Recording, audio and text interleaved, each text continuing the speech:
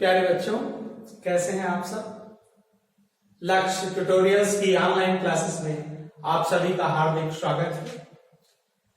पिछले वीडियो में हमने वैद्युत द्विध्रुव को एक समान वैद्युत क्षेत्र में आरोपित करने पर या रखने पर उस वैद्युत द्विध्रुव पर लगने वाले बलयुक्त के आघूर्ण के बारे में चर्चा की थी। उस वीडियो का लिंक डिस्क्रिप्शन में है, आप उसे देख सकते हैं। इस वीडियो में हम वैद्युत फ्लक्स तथा गॉस के नियम की चर्चा करेंगे। वैद्युत फ्लक्स और गॉस के नियम को जानने के लिए दो महत्वपूर्ण तत्वों को जानना बहुत ही आवश्यक है। पहला क्षेत्रफल वेक्टर और दूसरा घन कोण। क्षेत्रफल वेक्टर क्या होता है? किसी भी पृष्ठ के ऊपर खींची गई काल्पनिक रेखा, किसी भी पृष्ठ के ऊपर खींची गई काल्पनिक रेखा जिसका परिमाण क्षेत्रफल के परिमाण के बराबर हो, उसे हम क्या कहते हैं?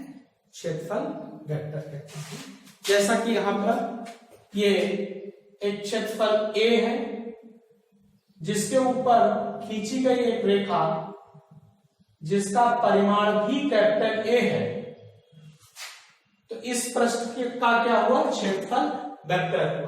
क्षेत्रफल ए पर बाहर की ओर खींचे गए अभिलंब के अनुदिश वेक्टर ए को निरूपित करते हैं। वेक्टर ए को निरूपित करते हैं जिसकी लंबाई क्षेत्रफल के परिमाण के बराबर होती है। वेक्टर ए बराबर, ये आपने कक्षा 11 में पढ़ा है कि वेक्टर ए किसी भी वेक्टर को उसके परिमाण और एकांक वेक्टर के पदों में व्यक्त किया जा सकता है, गुणे में रख करके।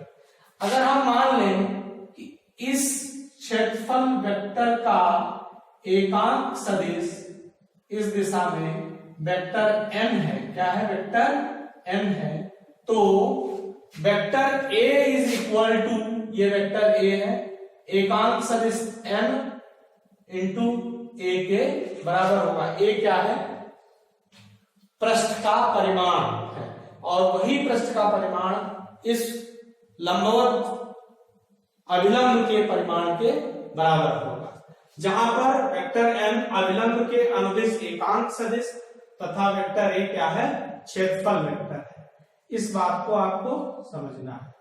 ये क्या है? क्षेत्रफल वेक्टर। किसी भी पृष्ठ के ऊपर अगर कोई अभिलंब बना दिया जाए जिसकी लंबाई क्षेत्रफल के परिमाण के बराबर हो, उसी को हम क्या कहते हैं? क्षेत्रफल वेक्टर कहते हैं। अगला टॉपिक है घन कोण, जिसको हम क्या कहते हैं? सॉलिड एंगल कहते हैं। क्या कहते हैं? सॉलिड एंगल कहते हैं। क्या है घन कोण?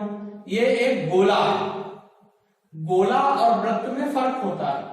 गोला जो है वो त्रिविमीय होता है, वृत्त द्विविमीय होता है। यहां पर हम किसकी चर्चा कर रहे हैं? स्फेयर की, ना कि सर्कल की कर रहे हैं। हमने यहां किसकी चर्चा की है? स्फेयर की। तो मान लिया किसी स्फेयर के कोई सूक्ष्म भाग पृष्ठ हम ले लेते हैं, उसका मान क्या है? डीए। क्या मान क्या है? डीए। इस सूक्ष्म भाग पृष्ठ के संबंधित समस्त बिंदुओं को केंद्र से मिला देंगे तो एक शंक्वाकार आकृति बनेगी। कैसी आकृति बनेगी? शंक्वाकार आकृति बनेगी। तो यही पृष्ठ जो केंद्र पर कोण अंतरित करता है उसे हम डी ओमेगा कहते हैं। क्या कहते हैं? डी ओमेगा कहते हैं। और यही क्या कहलाता है? घनकोण कहलाता है। अब घनकोण को परिभाषित कैसे किया गया है? गोलीय क्षेत्रफल डीए, यह जो सूक्ष्म क्षेत्रफल हमने लिया है डीए, गोलीय क्षेत्रफल डीए त्रिज्या के वर्ग के अनुक्रमानुपाती होता है। हमने मान लिया कि गोले की त्रिज्या क्या है? स्मॉल आर है। तो गोलीय क्षेत्रफल डीए, गोलीय क्षेत्रफल डीए त्रिज्या के वर्ग के अनुक्रमानुपाती होता है। अतः डीए प्रोपोर्शनल टू या समानुपाती है आर स्क्वायर के। तो डीए बराबर हो जाएगा, एक नियतांक आएगा, उसका मान क्या होगा? D omega R square. D omega ही घनकोण कहलाता है और डी ओमेगा बराबर यहां से हो जाएगा dA/r²। क्या हो जाएगा? dA/r²। तो इसको परिभाषित करने के इस तरीके से लिखा गया है कि गोलीय पृष्ठ का क्षेत्रफल dA तथा त्रिज्या के वर्ग की निष्पत्ति माने अनुपात, गोलीय पृष्ठ के क्षेत्रफल dA तथा त्रिज्या के वर्ग के अनुपात को एक नियतांक कहते हैं, और वही क्या कहलाता है? घन कोण कहलाता है। उसी को हम सॉलिड एंगल कहते हैं, घन कोण कहते हैं। हमें मान लें इस सूत्र में d ओमेगा बराबर dA/r² में यदि dA बराबर 1 मीटर स्क्वायर है और r बराबर 1 मीटर हो, r बराबर क्या हो? 1 मीटर हो, या r² बराबर 1 मीटर स्क्वायर हो पहले, तो d ओमेगा का मान क्या हो जाएगा? 1 स्टेरेडियन हो जाएगा। स्टेरेडियन घनकोण की क्या होती है? इकाई होती है, यूनिट होती है।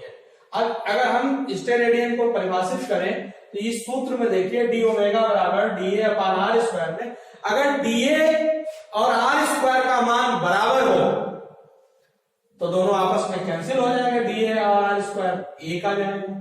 तो एक स्टेरेडियन क्या होता है? वो घनकोण होता है जो गोले के पृष्ठ के एक भाग द्वारा केंद्र पर अंतरित किया जाता है।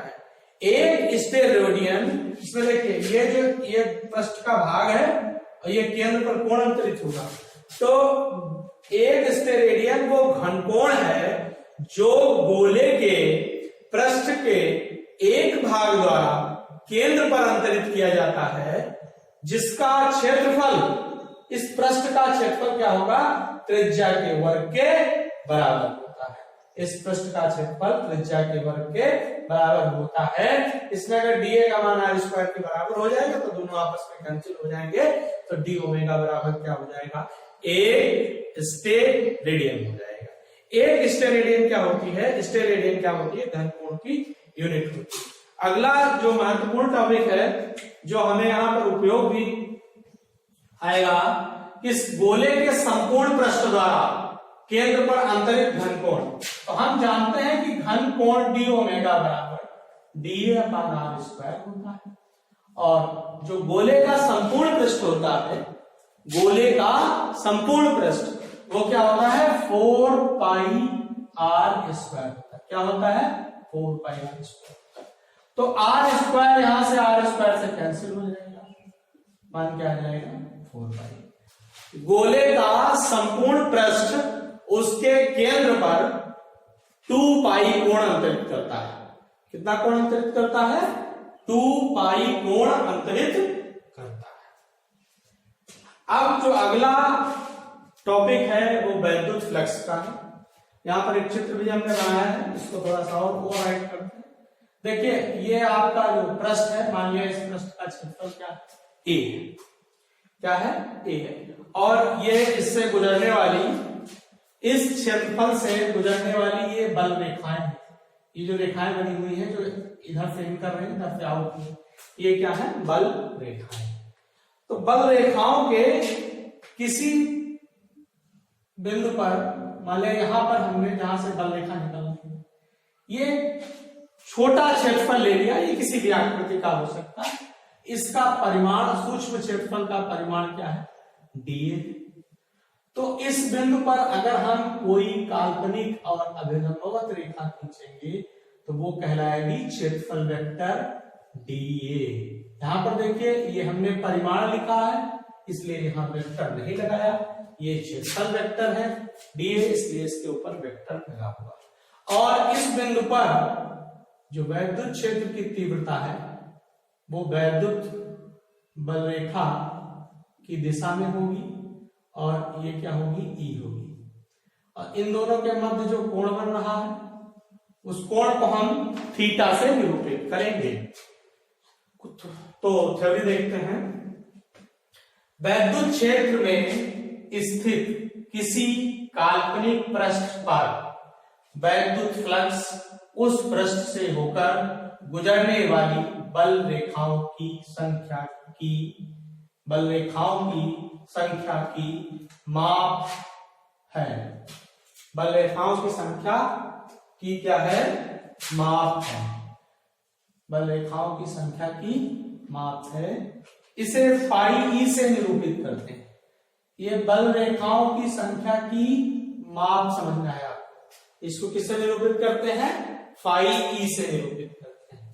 हम ये मान लेते हैं कि माना सूक्ष्म क्षेत्रफल अवयव डीए। सूक्ष्म क्षेत्रफल अवयव कितना है? डीए। वैद्युत क्षेत्र ई में स्थित है। ये जो है ये पूरा इसके अंदर वैद्युत क्षेत्र कितना है? ई है। वैद्युत क्षेत्र ई में स्थित है, अतः डीए ये सूक्ष्म क्षेत्रफल अवयव, यहां पर भी वेक्टर लगा लीजिए, डीए से गुजरने वाला वैद्युत फ्लक्स, से गुजरने वाला वैद्युत फ्लक्स स्केलर गुणनफल ई डॉट डीए के बराबर होता है। कक्षा 11 में आपने पढ़ा है कि दो भौतिक राशियां ए और बी अगर हैं, उनसे प्राप्त होने वाली राशि अगर स्केलर है तो ए डॉट बी क्या होता है? वो स्केलर गुणनफल होता है। और स्केलर गुणनफल ए डॉट बी बराबर ए बी कॉस थीटा होता है। तो यहां से सूक्ष्म क्षेत्रफल डी ए से गुजरने वाला फ्लक्स क्या होगा? डी फाई ई होगा। ये जो ऐसे बना है इसको हम फाई कहते हैं। क्या कहते हैं? फाई। इसके आगे फाई ई ऐसे लिख देते हैं। ये क्या है? फाई ई से हम वैद्युत फ्लक्स को निरूपित करते हैं। तो सूक्ष्म क्षेत्रफल से गुजरने वाला वैद्युत फ्लक्स डी फाई ई बराबर ई डॉट डीए होगा। इसी तरीके से अगर संपूर्ण पृष्ठ से गुजरने वाला वैद्युत फ्लक्स, तो हम इसका क्या कर देंगे? समाकलन कर देंगे, सरफेस इंटीग्रल कर देते हैं। ठीक, इंटीग्रेशन आपने थोड़ा सा पढ़ लिया है कक्षा 11 में। तो ये आपका होल इंटीग्रेशन डी है, सरफेस इंटीग्रल कहेंगे, होल इंटीग्रेशन कुछ कह दीजिए। तो whole integration D phi E is equal to whole integration E dot D ए।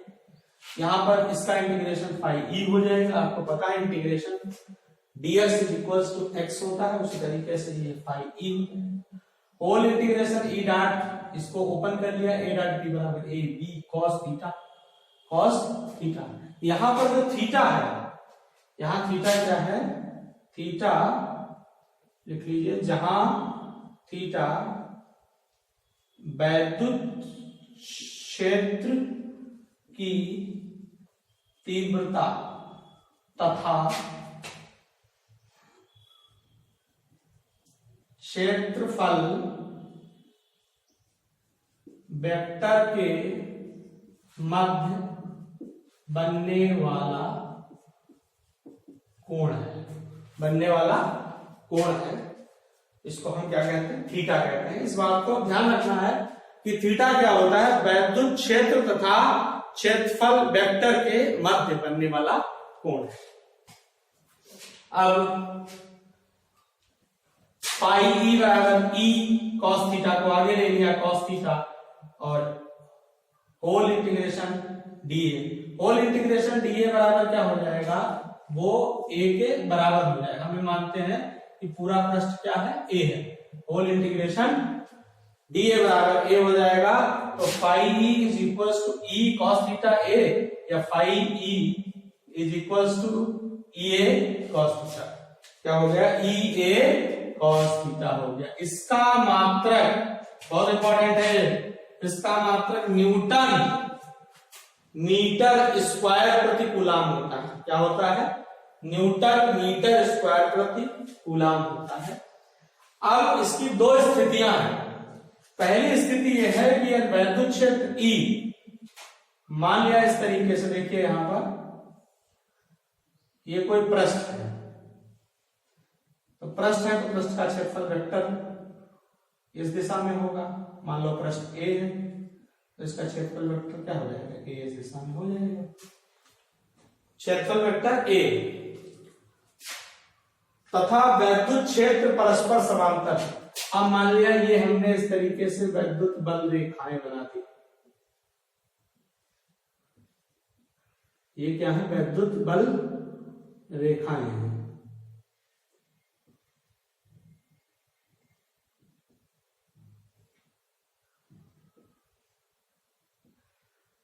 देखो तो ये बैक साइड में है इसलिए ये छोटी बनेगी, ये इसी साइड में इसलिए ये बड़ी बनेगी, ऐसे।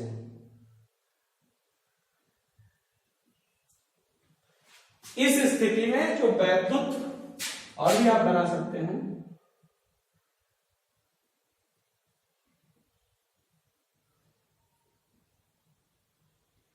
ये इस स्थिति में जो वैद्युत बल रेखाएं हैं और ये वैद्युत बल रेखा E है और क्षेत्रफल वेक्टर A है, दोनों परस्पर क्या है, वो लंबवत है, सॉरी दोनों परस्पर क्या है, समांतर। माने पृष्ठ जो है वो वैद्युत क्षेत्र के लंबवत है, यहां पर पृष्ठ लंबवत है। जब पृष्ठ वैद्युत क्षेत्र के लंबवत होगा उस स्थिति में क्षेत्रफल वेक्टर और वैद्युत क्षेत्र की तीव्रता परस्पर समांतर होगी। पृष्ठ तो ऐसे है, तभी तो वैद्युत क्षेत्र की तीव्रता और क्षेत्रफल वेक्टर दोनों ऊपर की ओर समांतर है। तो थीटा का मान क्या होगा, वो शून्य हो जाएगा। और इस स्थिति में जो निर्गत फ्लक्स है वो निर्गत फ्लक्स क्या होगा, महत्तम हो जाएगा, माने फाई ई बराबर फाई ई मैक्स हो जाएगा। क्या हो जाएगा, मैक्स हो जाएगा। और इसके विपरीत यदि वैद्युत क्षेत्र E तथा क्षेत्रफल वेक्टर परस्पर लंबवत है, मान लिया ये वैद्युत क्षेत्र है, इसके अंदर कोई पृष्ठ रख दिया जाए, मान लो ये पृष्ठ रखा है,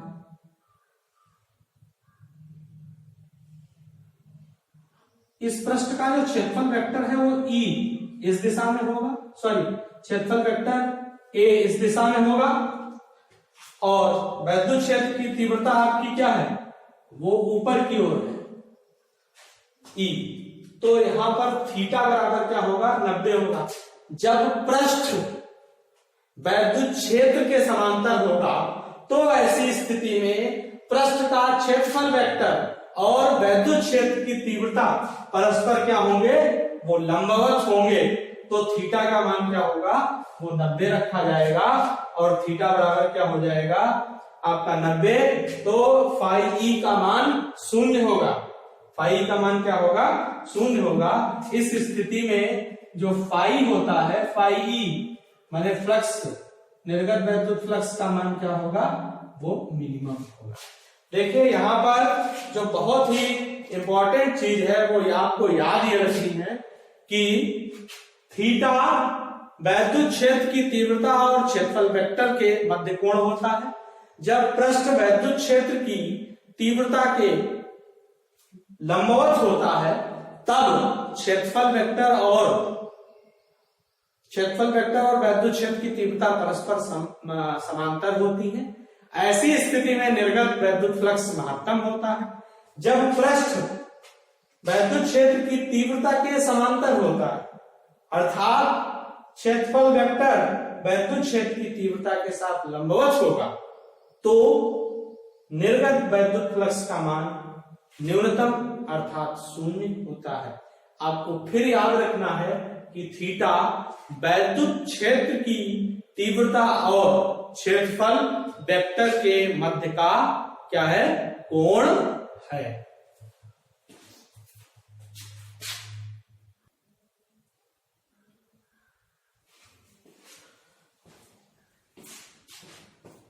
अब हम गॉस के प्रमेय की चर्चा करेंगे।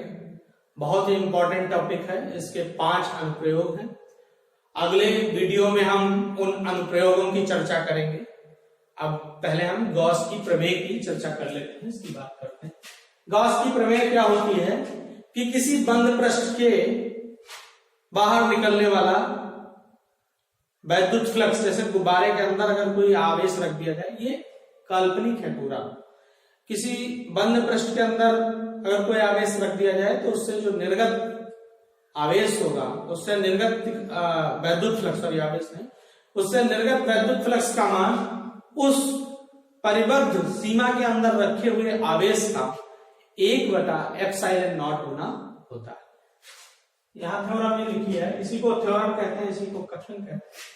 ठीक है, किसी बंद पृष्ठ से गुजरने वाला वैद्युत फ्लक्स किसी बंद पृष्ठ से गुजरने वाला विद्युत फ्लक्स उस पृष्ठ द्वारा परिबद्ध कुल आवेश Q का 1/ε0 गुना होता है।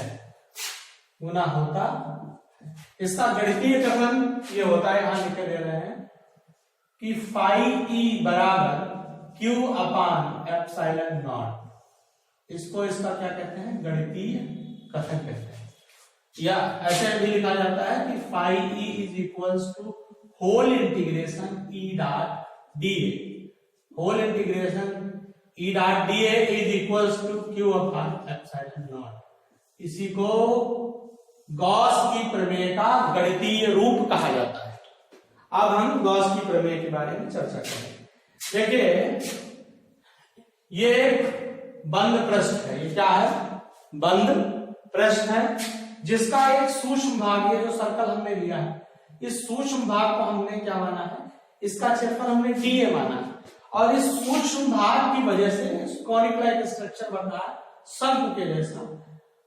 बिंदु O पर प्लस Q आवेश रखा है, और यहां पर एक पृष्ठ के ऊपर हमने एक बिंदु P मान दिया, और यही सूक्ष्म क्षेत्रफल DA Q पर या बिंदु O पर जहां Q आवेश रखा है, D ओमेगा सूक्ष्म कोण D ओमेगा अंतरित करता है। तो प्लस Q के कारण E पर जो बिंदु P पर वैद्युत क्षेत्र की तीव्रता है वो E है, और यहां पर हमने क्षेत्रफल वेक्टर बनाया DA। इन दोनों के मध्य कितना कोण बन रहा है, थीटा कोण बन रहा है। चलो कभी लिखते हैं कि माना प्लस Q आवेश के कारण बिंदु P पर, प्लस Q आवेश के कारण बिंदु P पर वैद्युत क्षेत्र E तथा क्षेत्रफल अवयव DA, ये जो क्षेत्रफल अवयव है क्या है, DA से निर्गत वैद्युत फ्लक्स कितना है, d फाई है। अगर क्षेत्रफल DA है तो निर्गत वैद्युत फ्लक्स क्या होगा, d फाई E होगा। अगर क्षेत्रफल A है तो निर्गत वैद्युत फ्लक्स क्या हो जाएगा, फाई E हो जाएगा। अगर सूक्ष्म पृष्ठ तो सूक्ष्म फ्लक्स निकलेगा, अगर संपूर्ण पृष्ठ है तो संपूर्ण फ्लक्स निकलेगा। तो d फाई E बराबर E डॉट DA, स्केलर गुणनफल E डॉट DA के फ्लक्स बराबर होता है, इसका मान E DA cos थीटा होगा। अब संपूर्ण पृष्ठ से निर्गत वैद्युत फ्लक्स, तो इंटीग्रेशन ये क्या है, होल इंटीग्रेशन का साइन है, d फाई E बराबर whole integration E DA cos theta, E DA cos theta. ये क्या पढ़ेंगे, whole integration E DA cos theta. यहां पर इसको इंटीग्रेट कर देंगे, इंटीग्रेशन dx बराबर x, तो ये क्या हो जाएगा, इंटीग्रेशन d फाई E बराबर फाई बराबर होल इंटीग्रेशन E DA। हम जानते हैं कि बिंदु P पर जो प्लस Q आवेश रखा है, क्या रखा है, प्लस Q आवेश के कारण वैद्युत क्षेत्र की तीव्रता 1/4 pi epsilon naught Q by r² होगी। यहां हम मानते हैं कि पूरा निकाय जो है या वायु निर्वात में, इसलिए K का मान क्या होगा, 1 होगा। अब फाई E बराबर whole integration 1/4 pi epsilon naught Q by r² DA cos theta, Q by r² DA cos theta. तो इसको हम क्या करेंगे, Q/4 पाई एप्सिलॉन नॉट को बाहर निकाल सकते, और whole integration DA cos theta upon r²। ये क्या है, घनकोण के सूत्र में आता है मान। घनकोण एक तो होता है आपका DA बराबर D ओमेगा बराबर DA अपान r², और दूसरा सूत्र होता है DA cos theta upon r²। DA cos theta upon r² सूत्र कब होता है, जब ये जो केंद्रीय किरण है पृष्ठ की, किसी भी पृष्ठ की केंद्रीय किरण जब उसकी त्रिज्या के समरेख होती है, तो सूत्र आपका लगेगा DA अपान r²। अगर वो त्रिज्या के समरेख नहीं है केंद्रीय किरण यहां पर पृष्ठ DA है क्षेत्रफल और वैद्युत क्षेत्र की तीव्रता E है, दोनों एक रेखा में नहीं है, दोनों अलग अलग रेखाओं में है, इनके मध्य थीटा कोण बन रहा है, इसलिए यहां पर जो डी ओमेगा है, डी ओमेगा बराबर DA cos theta upon r square रखा जाएगा, और बेटा ये पूरा मान इसके बराबर होता है डी ओमेगा के बराबर होता है। तो यहां पर phi E is equals to Q upon 4 pi epsilon naught, value put कर देंगे होल इंटीग्रेशन डी ओमेगा। अभी आपको बताया गया कि होल इंटीग्रेशन डी ओमेगा, गोले का संपूर्ण पृष्ठ गोले के केंद्र पर कितना 4 पाई कोण अंतरित करता है। तो phi E is equal to Q upon 4 pi epsilon naught, यहां पर रखेंगे 4 पाई, ये कैंसिल हो जाएगा, पाई ई बराबर क्यू अपान एप्सिलॉन नॉट। यही क्या है, यही गॉस की प्रमेय है। इसी को फाई ई बराबर क्यू अपान एप्सिलॉन नॉट, ये गॉस की क्या है, प्रमेय है। यही गॉस की प्रमेय का गणितीय रूप है। तो बच्चों, ये वीडियो सेशन आपको कैसा लगा कमेंट बॉक्स में जरूर बताएं। हमारे लक्ष्य ट्यूटोरियल यूट्यूब चैनल को सब्सक्राइब करें। अगले वीडियो में हम गॉस के प्रमेय पर आधारित अनुप्रयोगों की चर्चा करेंगे। बहुत बहुत